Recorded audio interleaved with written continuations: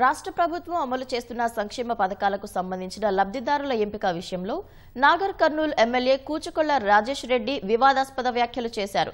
నాగర్ కర్నూల్లో జరిగిన తెలకల్పల్లి ముఖ్య కార్యకర్తల సమావేశంలో పాల్గొన్నారు.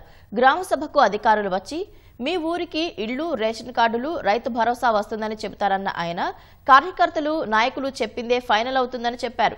కార్యకర్తలు, నాయకులు చెప్పిన వారికి ఇండ్లు, రేషన్ కార్డులు వస్తాయి, మిగిలిన వాళ్లకు రావు అని ప్రజలు ఆందోళన వ్యక్తం చేస్తున్నారు.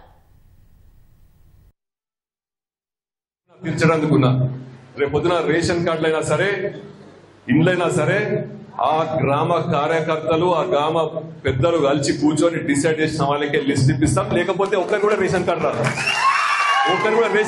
ఒక్కరు కూడా ఇండ్లు రావు. మనం చెప్పేవారు. నేను చెప్పిన కలెక్టర్ గారు కూడా ఆదేశాలు ఇవ్వడం జరిగింది. మన మంత్రి, ఇన్ఛార్జ్ మంత్రి దామోదర్ రాజనరసింహ గారు చెప్పిండ్రు, ఎమ్మెల్యే దగ్గరికి పోతుంది లిస్టు, ఎమ్మెల్యే వాళ్ళ టిక్కు పెట్టిన తర్వాతనే ఆ ఒక లిస్టు రిలీజ్ అయిందని చెప్పడం జరిగింది. మీరు కూడా ఇవన్నీ దృష్టి పెట్టుకొని రేపు రాబోయే ఎలక్షన్ లో మనం కైవసం చేసుకోకపోతే ఇబ్బందులు ఉంటాయి.